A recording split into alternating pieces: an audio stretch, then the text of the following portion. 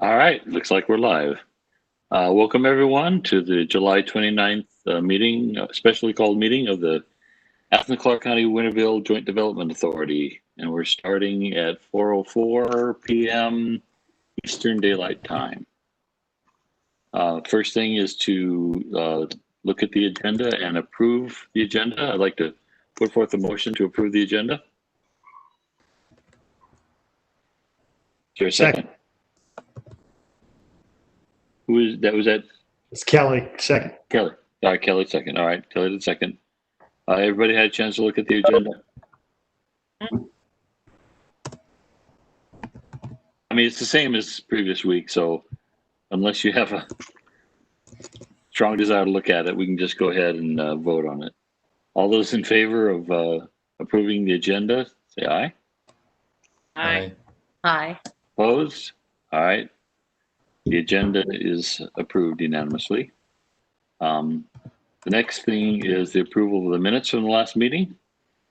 Hopefully everybody's had a chance to take a look at them.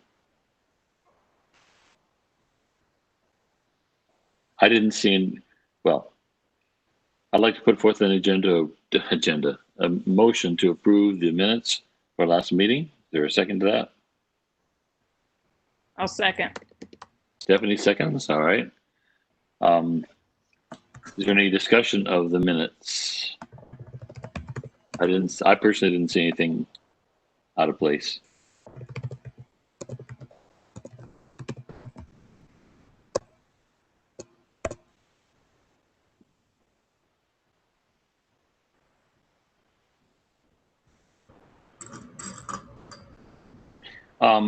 Just one thing that we don't have to change it for this time, but there were several action items that people were supposed to take responsibility for at our last meeting. And I think it would be useful either in the section where we're discussing it, say action item X is going to do Y. I wouldn't change it for these minutes, but I think it would be good for people to see who's on the hook for what. Everybody okay with that? Sounds good, David. All right, so starting with next week's minutes, we'll make sure that we identify any action items. Any other comments about the minutes? Nope. All right, hearing none. I think we have a motion to approve the minutes. All those in favor say aye. Aye. Aye. Opposed? All right, minutes are approved unanimously. Let's go back. All right, now to old business. It's a generic agenda item. We had two things that we discussed last week. One was the application itself, and the action item was that Dan was going to work on a modified application form, which I think everybody should be able to see. The second thing was the RFQ, and I want to discuss the RFQ. And if we have time, Stephanie and I want to show you a spreadsheet tool to help us enter the information from all the applications. So let's start with the actual application, if you don't mind. Let me go find it actually. Or Ilka, do you want to put the modified application on your screen? Sure, Dan, that's the one you posted this afternoon, right? Yeah, let's see. I think I've got it. Dan, is it the one that's called application draft or application version? It must be, yeah, version 4. Okay. Yeah. Right, V4 to V3 docx. V4 to V3. Okay. Yes, I believe that's the correct one.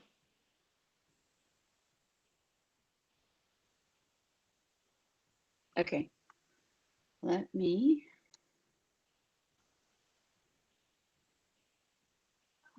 All right. Can y'all see it? If you can blow it up as much as you can there, that's good. That's good. Okay. All right, Dan, if you'd want to walk us through the changes that you've made. Sure. So in the application, I'm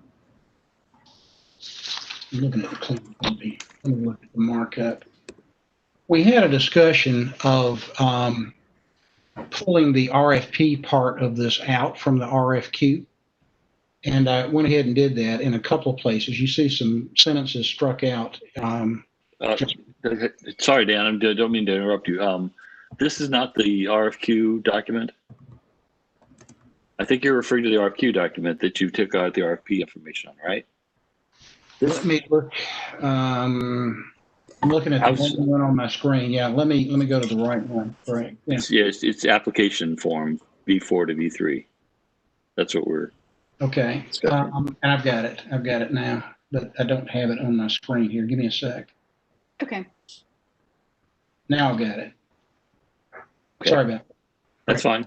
In We'll get to the returning to the application, we had a discussion of the necessity of having Social Security numbers and tax ID numbers and decided that we didn't need those. So you see the tax ID number struck there. And in the table below, I'm skipping over something I need to mention, but in the table below, when we get to it, you'll see that the column for Social Security numbers has been struck out. Another change made above that was to specify a minimum loan size, $3,000, which is a safety belt for not getting into payday loans. But it is also, after some discussion, we thought maybe that was as small a loan as we ought to be making. I don't know if that was everybody's view, because I hear different things from different authorities about how much difference a few dollars makes. But I think we elected at the last meeting that we would have a $3,000 minimum. I think you said that up to 3,000 is a dated payday loan, and 2001 is the magic number to take it out of the payday loan. Yeah, let's make that 3,001. Yeah, that is what you said. 3,001. Okay. If you continue to scroll down as I do, we get into, it doesn't read very well. You need to go down to where it says supporting materials and loan terms. It doesn't show very well. Yeah, so that reads supporting materials. One of the things we talked about was having this be a standalone document, not tied to the evaluation factors of the scoring matrix. So I changed that wording there to refer to the supporting materials. These are the materials that Stephanie nominated, which are good ones. Below that, it talks about a couple of things. The deadline by which the supporting materials have to be provided. And what this says is that we're allowing ourselves a period of days, or requiring them to supply within a period of days after the submission, the supporting materials. And the other deadline, the alternate deadline, is the end of the round. Remember, we talked about having the money possibly in different rounds, different amounts for different times. So whatever the earlier is, a certain number of days after the submission of the application or the expiration date of the round is a deadline, because we might conceivably have somebody make us the supporting materials right before the deadline. Now, I have a question here for the board, which is this, that do we intend by the end of a round both open up the round, receive applications, receive supporting materials, evaluate them, and make the decision, so that, if we had a round ending 12/31/20, for example, would we have closed out that round entirely, or would we have a certain number of days after 12/31/20 to make our decision?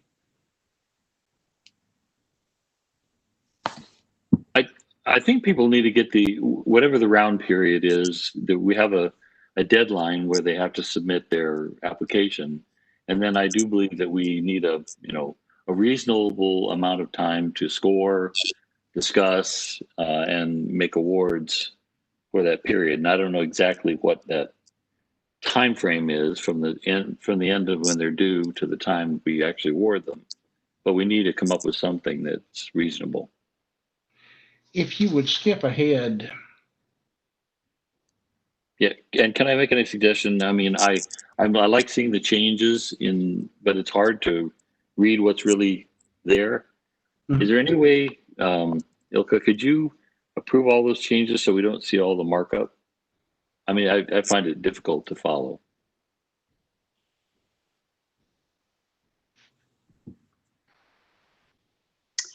If you could tell me how to approve it, I'll do it. Can you see what Yeah, I know how to do it in Word. I know how to do it in Word. yeah, I don't know how to do it in, Ilka, Yes, sir. you could just open the clean version, open version 4, and it doesn't show the change. Gotcha. Okay. Oh, okay. You have a clean version. Okay. That was that other one. Okay, let me just scroll back. Okay.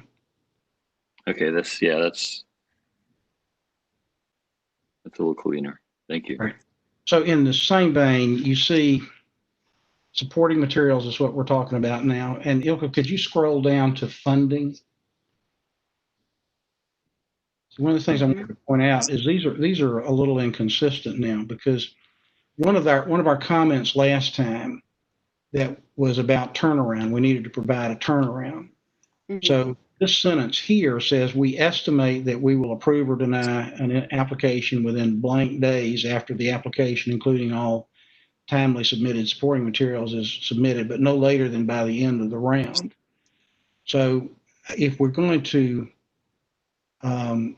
allow ourselves a period after the end of the round, then I need to say X days or within a reasonable time after the end of the round.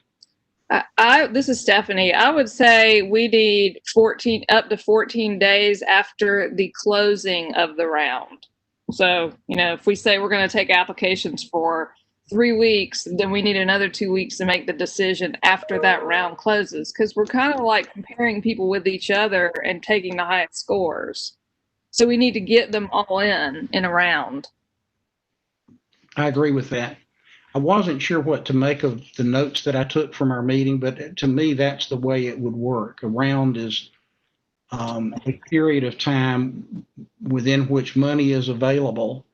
And we could close it at the end of that, but we don't have to. I think it might even be more normal to do something like allowing the 2-week period, as Stephanie said. All right, if that's okay with the whole board, then the next iteration of this that you see will reflect that. I do have a question, Dan, related to this, because in talking with one of the potential third parties, I shared that that the board would be doing sort of the initial screening and review of the applications, and they suggested that they may need to do some review as well, just because I guess they're going to be handling the compliance portion. So I don't know if that means they'll be, y'all will have a certain number of days to do your approval and denial, but then it'll also need to go to the third party lender, just in terms of how to communicate that to the business owners. So they know the expectation, right? We don't have to break it out into 2 periods, one for the administrator, the board, but we do need an aggregate period that's big enough for both. Right. Okay. I agree. Yeah, I don't think 2 weeks, if we're including the review by the administrator, I don't think 2 weeks is a long enough time to get both of those things done. I also want to mention that Stephanie's been working on a online application form that people fill in all these information, including the various different criteria and all of that, and there's a place at the end to upload in a PDF format their spreadsheets and all. I mean, not spreadsheets, their P&Ls and those things. So I guess my take on timing is that people need to get all that materials together and apply at one time. In other words, I don't want them to just do part of the application and come back and upload the documents later. I think it needs to be done all at once. So there is no period from the time in the document up earlier. You were mentioning a time period they had to submit their materials. it should be submitted all at once in the application form. Mhm. I And agree. we also need to decide, what of this information needs to actually go on the application form. In other words, what verbiage needs to be there, so they just see one thing, or some other document that describes what's being asked for. This is Erica. So I think that, okay, so now let's say that we have a 6-week period for around from application to approval. We can stipulate that if your application is incomplete, it won't be considered around, and that will save us a lot of time. We're not going to chase them down. I think that we should include a checklist, okay, so they can check application filled out, whatever paperwork we're asking, supporting documentation, that they've got all of that, and then we only pass on to the third party, to the bank, the applications that, number one, are complete. If it's not complete, we're not considering it. And number two, that we scored that we think deserve consideration by the financial institution. Couple of questions. Do we let them know that their application is incomplete? They'll know because they can't submit it. It won't let them submit an incomplete application. That's right. I mean, they could fake what's in the documents that they upload. I mean, we can't determine at the time of them submitting the application that what they put into those documents that we're going to review are indeed what we're looking for. That's right. We'll just have to review it after we receive it and see if there's anything there. We might either we say, at that point that, sorry, you didn't give us all the information as we asked for, therefore you're not in it, or ask for them to resubmit their application with the corrected information. Mm-hmm. Well, for sure, this wording needs to say that. Let me think about that. If they haven't successfully applied, then there's no need to add a lot of detail about it. That automation in the upload really helps a lot. That answers a lot of these questions.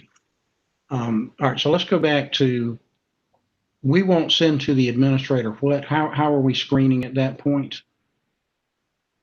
Are we scoring? Yes. I mean, That's Okay. spreadsheets for. Okay. I would think they would want to take a look at the financial documents. I don't know, Ilka, what feedback have you gotten on what information they would need to provide their own review? We didn't go that far into the conversation because she's not like the finance, she's not the finance person. We just talked a little bit today, and I said, I know the group worked on the RFQ last week while I was out, and I'll give you an update after the meeting today to kind of hear generally when we might be able to share that. And I said the board has decided that they'll do the preliminary screening, and they've been working really hard on what documents and what the requirements are, and they've decided to do the preliminary screening. And she said, okay. She said, that sounds good, but I think the Fed will probably require us to do some underwriting as well. And I said, well, we can talk about that if you guys decide that you'll apply for the RFQ. That can be part of that discussion, what that looks like. And she said, okay. Yeah, we will have, so when we score these people in our spreadsheet and we say we want to fund these 20 of these 30, we would be sending them a package including all of their financials and the numbers we have for them. So they'll get everything they need. That doesn't mean they won't reject people that we wanted to fund, but they'll have the information. Okay, so if we're not collecting FEI numbers and we're not collecting Social Security numbers, what kind of underwriting are they doing to satisfy what requirements by the Fed for money that's not coming from the Fed? I don't know. And like I said, her specialty is not lending. So it was just a general kind of comment she said from her experience working at the bank. So we'll just have to see once we get to the RFQ process, when we have the deciders that we can talk through the nitty gritty with, the folks that are really familiar with the loan processes. It's actually good we're doing all this because you'll be able to show them an online application and our spreadsheet evaluator tool for them to see what it is that they're going to get from people that we send to them. And they're not going to be working in the dark. on this RFP. Mhm. They'll have what they need to make a intelligent decision about whether they want to do it. Yeah, agreed. Let me react to some of that. What I took away from our last meeting was that we were on a score, we had a way to do it efficiently. And within the confines of the money and the funding, our top scorers were going to get the awards. Their applications were going to be accepted.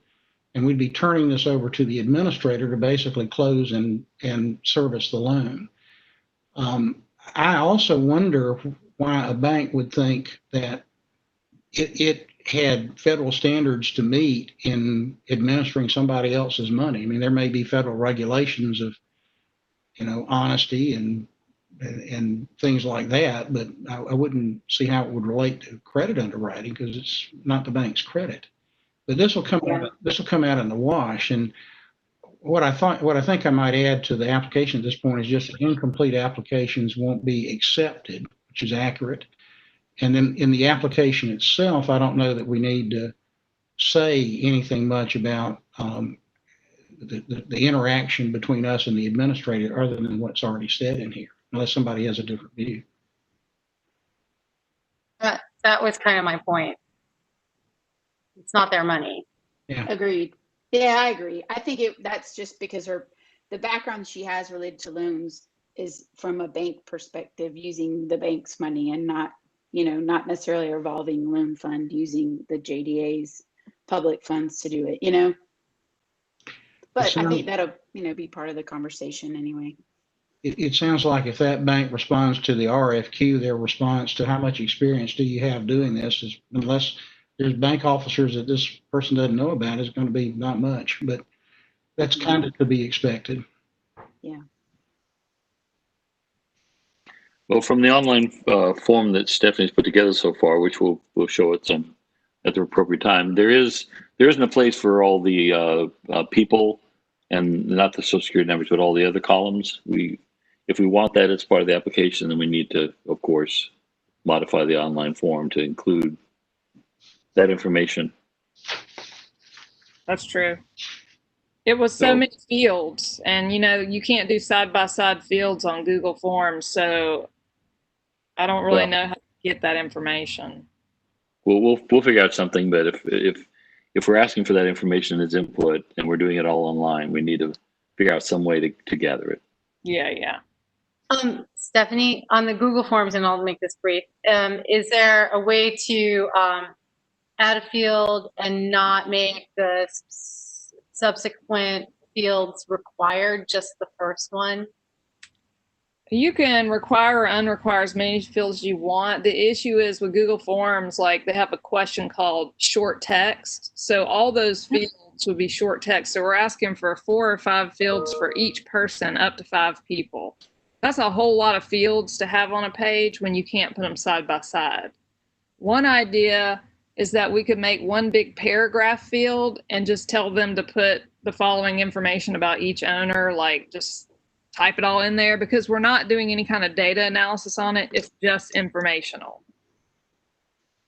Yeah, so a long answer. Yes. So that might be what we could do, and just put a format example, like enter them in like this example, and just use as many lines as you need for as many owners as you have.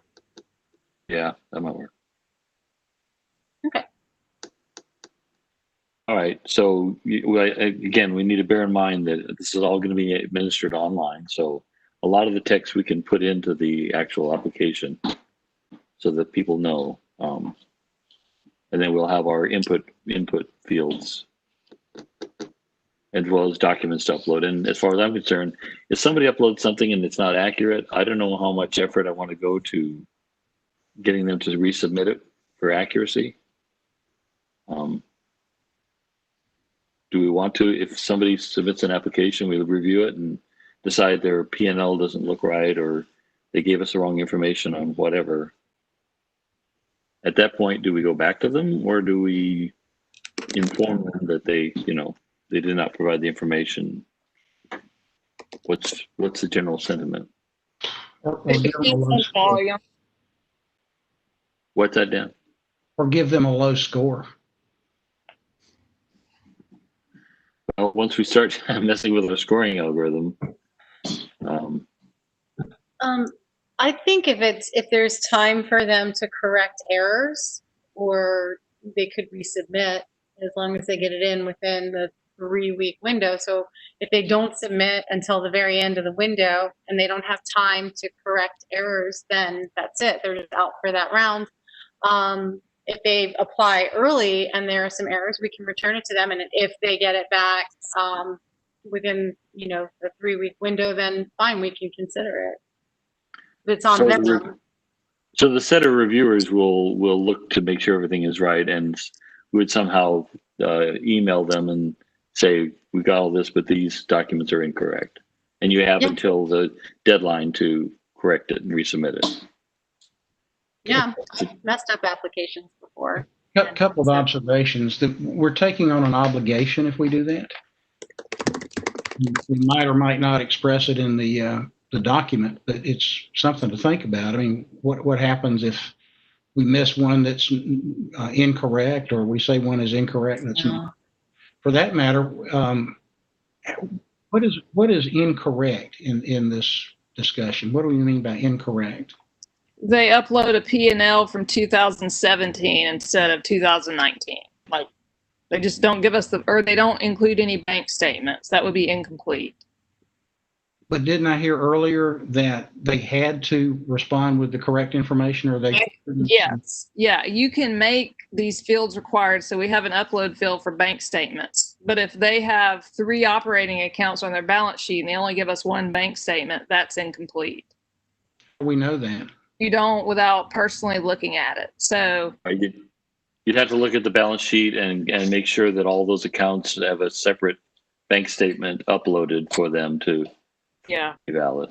It is not low touch, it's high touch. So that's why I think if we spent the time to look at it and we see if there's a document missing, we'll just send them an email and say, hey, we're throwing your application out because you didn't include all this information.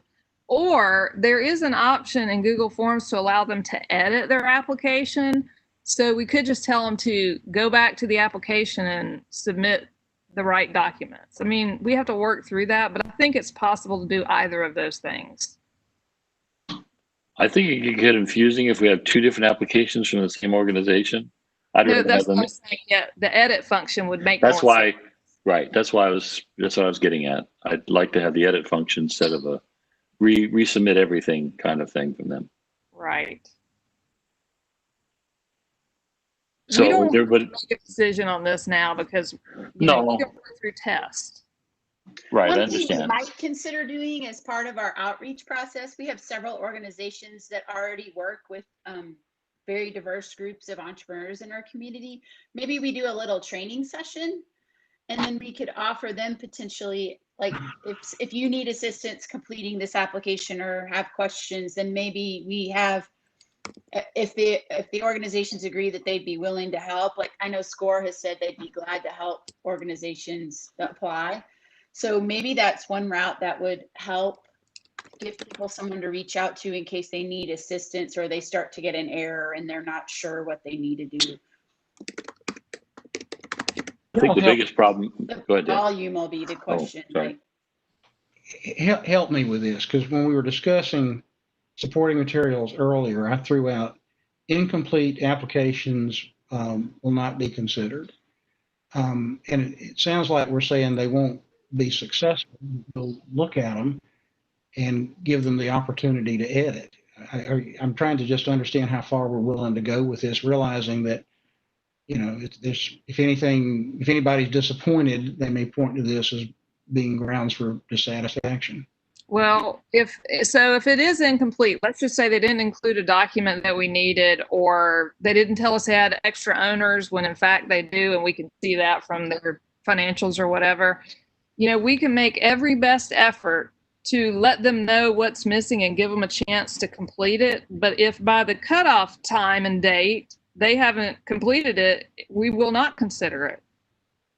So I guess you could say is we'll make our best effort to notify you if we're missing materials, but we can't guarantee we will, but an incomplete application at deadline means you won't be considered. Okay. Is that clear as mud? So it just means that there's more work on us to follow up and give them an opportunity to fix things, which is fine. But it's just we're going to have to evaluate it anyway. Yes, that's why I say we'll do our best effort, but we're not going to guarantee that we're going to hold your hand through the process. But if we only get 10 applicants, maybe we can. If we get 200, that's a different situation, and we'll know more in the second round what to expect. But we just don't know right now. I'm going to have to put some strong lawyer weasel words in there so we don't get in trouble, but I can do that. Or you could just say, we're not going to consider incomplete applications. And then if we want to go the extra effort and tell someone they're incomplete and get them to finish it, then that's fine. But we don't have to say we're going to do that or do things like that. I think that's where you might get accused of inequity. If you tell this guy, but not that guy, like we either do it or we don't. So you have to do it for all or you do it for none. Well, let's do it for none in the first round since we don't know the volume and it may not be possible for us to try to chase everyone down that we don't even know if this application makes sense to people, honestly. And we do need to have it piloted with a couple of businesses to see, would you know how to fill this out? And is anything confusing to you? I wish every online provider of things did that. That sure would be nice. Time to do that right now. In between our meetings, we could be reaching out to businesses and ask them to fill it out. Let me look, and I don't want to beat it to death, but I do need to understand. So we have a system that's not going to let them submit an application unless they submit something corresponding to each required bit of supporting documentation. Right. So as far as the guy knows, his application has been accepted. So. Okay. You can put a confirmation message, Dan, after they submit it that says, we've received your application. Just because you are allowed to submit it doesn't mean you've submitted all the information we need, and even say, here's what we're looking for in your application. If you thought you missed anything, you need to contact us or something. That's where you could send them the edit link. It's true. Yeah. Check your work, edit it if you want to. It's not up to us. It's up to you. And if you get it all right by the end of the round, you're not going to be considered. I'm not very worried about it, honestly. I'm just not worried about this issue. There's other ones I'm worried about, but not did they fill in something in every field? We can stop them from submitting it if they don't put something in every field where we require an answer. We just don't know if what they're entering is what we were looking for. And that requires human examination. So it comes back to the question of, if we see that their information is incorrect, do we give them an opportunity to correct it? Or do we just say, you did not provide incorrect information, your application's been denied or whatever? I mean, what obligation do we have? When you apply to a bank for a loan, for instance, PPP, I know people that applied 6 months ago that hadn't heard squat one way or another. I mean, what obligation do we have to even tell them unless they're approved? Do we have to tell them we denied them or only tell them if we approve them? That's a good point. Right now it's set up that you know if you get approved. So maybe we respond to everybody and you're either approved or denied. Denial scares me because then they start asking why. Why? And right. I'd rather just not tell them if they're denied and only tell them in the affirmative. Is that even a legal option? Do you have to tell someone they're denied for something like this in loan lending practices? If you look at the last sentence, if you would, in the application form, right above signature blocks. Right. There. Right there. Additionally, each signer at the time of the application is submitted acknowledges receipt from the administrator of a written disclosure statement regarding rights to require a written statement of the reasons for the denial of credit if this credit application is denied. That was in the source document. And I think this really applies only if you are in the business of lending. We're not a bank. And as far as I can tell under Georgia law, we're not a regulated lender. But this is where I would like to get some guidance from the bank. The bank, under the Fair Credit Act, I think there's a Fair Credit Act that requires this sort of stuff. And right now we've got two reasons which are kind of incontrovertible. One is your application was not complete. You submitted it, but it turned out not to be complete and you didn't fix it. Or number two, you didn't score high enough. So it's not hard to do that. But I think we're going to end up having to either approve it or, this doesn't say that you got to tell them why. And we may not have to have that in the final version of this. I would prefer, and we can either say approved or not approved. It doesn't have to be, and we don't have to say why it was not approved. But in real life, folks are going to ask you. So we might be prepared to answer that up front, either application not complete, not fixed in time, or you were outscored by others. We should probably just have a form letter for response. Exactly. Or form email. Mm-hmm.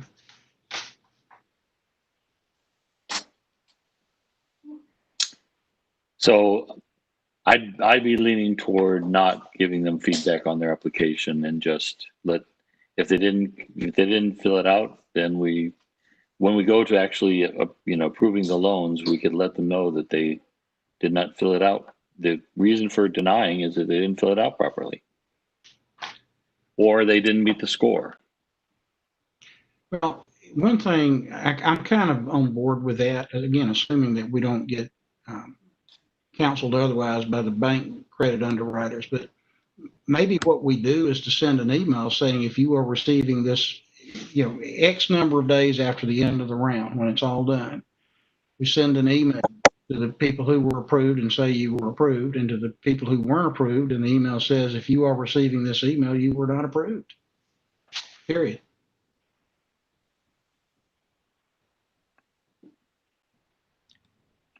I don't have any problems being vague about that.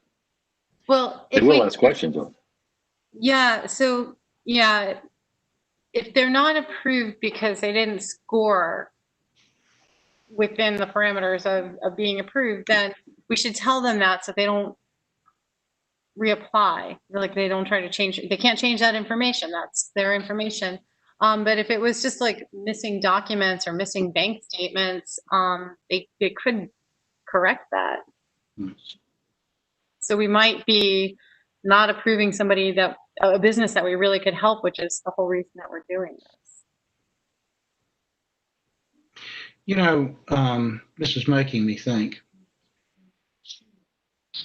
First of all, these are going to be open records. If somebody wants to know what their score was once the round is completed, I think that'd be subject to open records, and we'd have to tell them. And they could ask for everybody else's score too. We wouldn't have to compile it for them, but if we had a record compiling it. But I think we're going to have to consider now that I have a list of what the supporting materials is, I think I need to add something there saying if you consider this to be a trade secret, then you need to submit a trade secret affidavit, and that's required under Georgia law to protect something from open records if you claim that it's a trade secret. Because some of these folks may not want other people to know what their financial statements look like because the requester might be a competitor of theirs. Yeah, I'd actually been considering the fact that since we are recording these, and at least for the time being, they are online, to some degree, if this continues, they will be able to see our discussion on their application, which will, I think we could potentially refer them to the videos if they would like to hear more on the process and how we came to our conclusions. So I don't know how much we need to explain more than what we're doing here. Can we, when we're discussing these things, can we assign them pseudonyms so that we're not revealing anybody's sensitive information in a public space? Yes, and that's That's often done in the procurement space because you have to have an evaluation committee or the whole board meets and you're talking about proposals or you're talking about bids. Once you have a vote, that becomes public. But if you have a preliminary session of an evaluation committee where people get together and they start putting down rankings for companies, those rankings, the pieces of paper that those rankings are written on at that point are not public. But somebody could be there and listen. So you might say, so proposer number one, proposer number two, and you might say applicant number one, applicant number two, down the line to how many you get. It's different in space having to do with what we're talking about now, as opposed to a procurement, because we're not procuring anything. But as far as the meeting goes, yes. As far as the documentation, unless it's a procurement, which I don't think it is, or unless it's a trade secret, then the documents themselves aren't going to be protected. And the more I listen to myself, the more I think there needs to be a warning on this form about that, so folks won't submit it thinking that it's confidential. Yeah, I think we do. Well, just stick with me for a minute. I'm chasing a rabbit. If you have so y'all have set up the review process and the spreadsheet and the eligibility criteria and everything really well. If the third party lender uses your selection process, collects the documents according to what y'all have outlined, and they handle it from soup to nuts, meaning you wouldn't have to store the documents, assign pseudonyms, those applications are all protected with the confidentiality of the third party, are they? No. No, they're public documents. There's many a public body wishes they could hand the documents off to somebody else, but you can't. Okay, so they're still public because it's public funds? Well, because they're doing it for us. I see. Okay, that makes sense. So on the application form, could we have something where they would upload an affidavit of trade secrets so that we would have that on file as a part of the application, if optional? Yeah, that's right. They would have to mark the trade secret information. So, for example, if you have a set of financial statements, your name and address isn't confidential, but your taxpayer ID would be. I mean, there's an exemption for personal information. Then you get into financial results, and is that a trade secret? There's a statutory definition of trade secret, and I'm not even sure somebody's financial results are protected. Because it has to be something that gives a competitive advantage in order to be a trade secret. An affidavit has to be sworn. It's not enough to sign something. It has to be sworn in front of somebody authorized to administer oaths.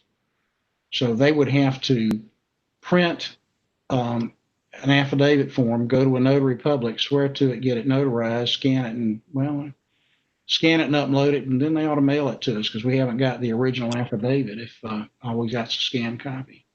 Now, the Chief Justice has given a virtual way to do things like that during the state of emergency. And I can go back and look at that and see if it would work, but the state of emergency is not going to go on forever.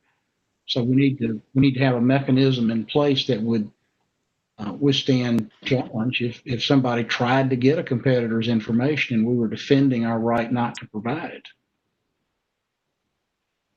So I think we give warning. We tell them a little bit about what they have to do, which is to mark what's a trade secret, and that we have to have an affidavit in our possession, signed and notarized, in order to rely on that. So Dan, you said, so I'm wondering, could the information that goes with the spreadsheet be what is publicly available, but the supporting documents would be something we would shred if we were a bank anyways? Why can't we just not turn over financial documents, but turn over the data we use from them, which is very limited? Because we don't use all that information. We're just looking for specific pieces of it.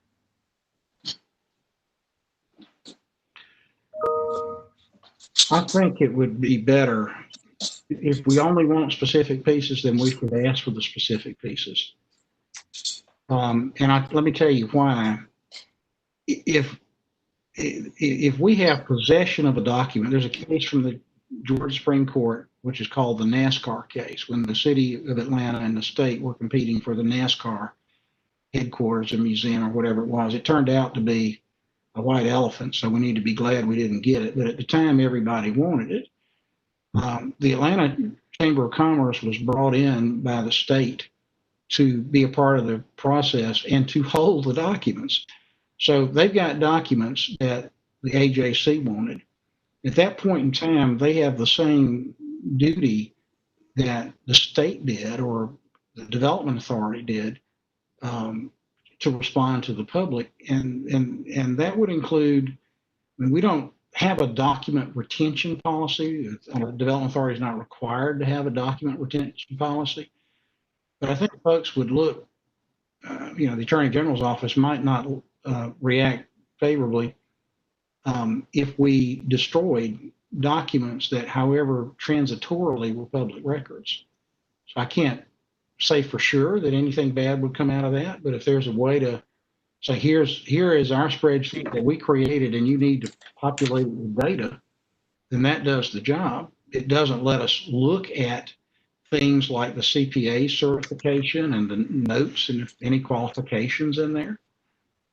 So it's sort of a compromise, but that's my reaction to that question. So you're saying I could go up to the state and say, I want the sales tax report and all financials submitted for every business in Athens-Clarke County, and they'd have to turn that over to me?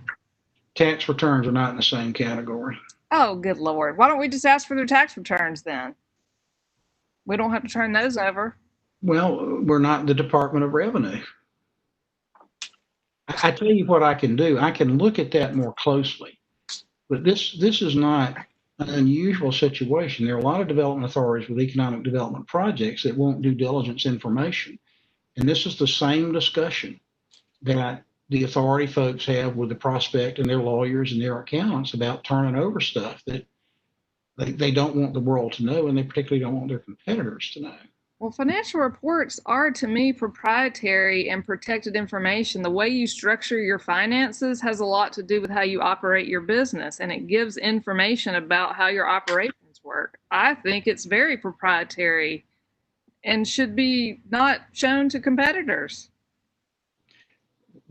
Fortunately, I can say that. Fortunately for me, anyway, because there's not many times a lawyer can give a straight answer to a straight question, there is an answer to what a trade secret is. The Georgia Open Records Law adopts the Uniform Trade Secrets Act as to what a trade secret is. And we can provide a copy of that, and they can make their own decision about whether it's protected, and they can give us an affidavit, and then we've done everything we need to do. And if somebody asks for it, we let them know. And if they want to jump in and try to stop the person from actually getting a copy, they'll have the right to do that. I think we need to include information about the process of submitting an affidavit personally, so that they, if they really want to protect their trade secret or their proprietary information, we give them a way to do that. And that way they can not get their information given to the public. That's my take. I agree, David. And going back to what Stephanie was saying, that is how other authorities resolve things like this. It's not up to the job of the open records custodian or somebody at the authority to make a legal decision about whether something is a trade secret or not. That's why you require an affidavit. So if we put them on notice and they give us the affidavit and they claim the privilege, and we let them know that somebody's trying to get it, then they do what they need to do, and we've done everything we need to do. Guys, I'm sorry to do this, but I feel like it's important. We technically have 7 minutes left in our meeting block at this point. I know we had some other stuff to cover, but I didn't know if David, how you wanted to use the rest of our time. I personally have another thing coming on after this, so I just wanted to kind of see where we want to go with our time. Well, we only have, I think we need to postpone, the RFQ to the next meeting, because that's going to take a little time to talk about it before Dan Ilkut, approaches others. So do you think in 6 minutes we can wrap up the discussion of this application? I've only got a couple more points. If you look at, really only one more point, look at who's, you're at the right place. The application must be signed. This is how we left it last time. That the application, in terms of submitting it, one person would sign on behalf of the applicant. But when it came time to close, the words that I took down in my notes were all the owners would have to sign. And, you know, that's the way that I wrote it is at the closing, all owners of the applicant must sign the application. One thing I wanted to point out is if I'm a corporation or a limited liability company, an owner, a shareholder, or a member doesn't have any personal liability. They can undertake personal liability though. And if we require somebody who is a passive investor or not actively involved in the business, just an investor, to sign the certification, and it turns out that certification is false, then that person has picked up potential liability, and they're probably not going to want to do that. So I wanted to ask the board if that's really what you wanted, or whether you'd be satisfied with having all the officers sign, or how you wanted to deal with that. Personally, I would be comfortable with the CEO or principal owner on behalf of all the owners certifying or signing it. That's just my take. Others? This is Erica. I thought we were talking about the promissory note. You mean the application? They all need to sign the application, or at closing? Well, let me react to that. I mean, my notes said, and I did go back and look at my notes, and it did say $3,001 instead of $3,000. I just typed it wrong, but this I wrote down the same way, which is that it was the execution of the application was divided into two parts. One was at the time of submission, and one was at the time of closing. Time one, okay, we wanted one person to sign. Time two, we wanted all to sign. Now, but the promissory note is an even greater example of what the issue is here, because a note is a promise to repay. And if we have a business entity that's the applicant, basically that asks for a personal guarantee. And we talked about that, and we're going to require personal guarantees. If you sign a note individually, you're liable on it.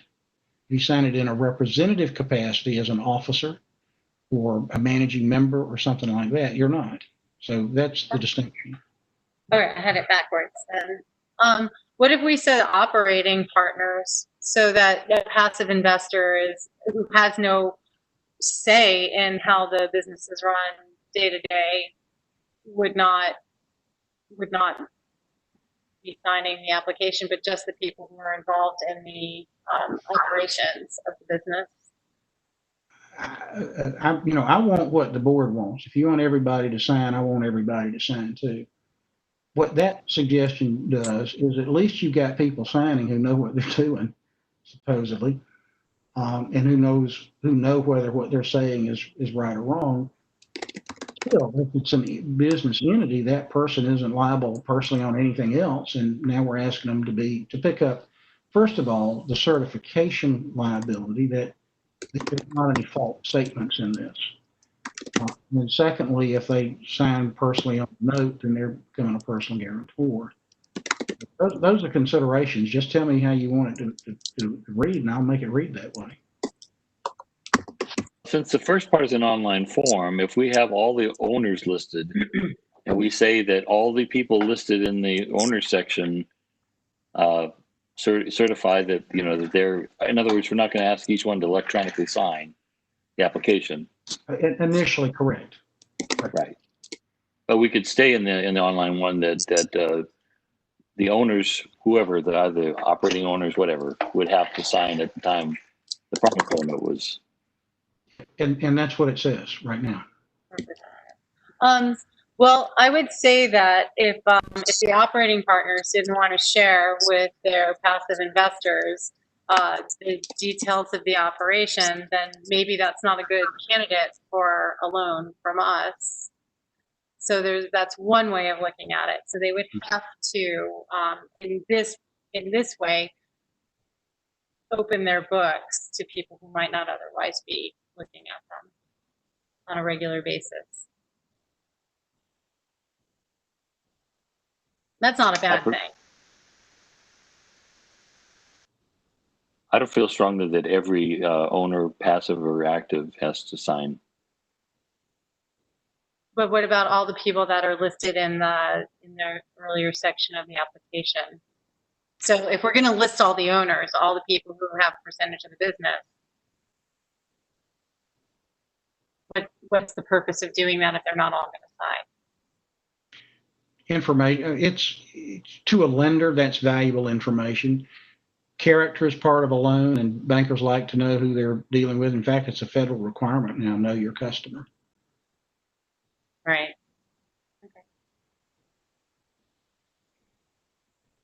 Okay. Well, I'm not sure we have a resolution to this issue necessarily, but we could require all, I mean, we could require all owners, whether they're passive or active, to sign in the second phase after they've been approved.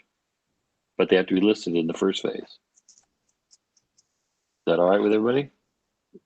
It sounds like where we are and where we're going. Okay. Well, at this point, since we are at the 5 o'clock mark, Dan, do you have enough information to tweak this draft and make any changes? Was there any other changes that you felt need to be made? Oh, that was it. And this was an invaluable session. Thank you, board members. I do want to just ask, and I'll ask quickly, and maybe I can take as much time as you want to answer, but going back to the trade secret thing, is the board satisfied with that, with the way that I'd suggested that we would handle that?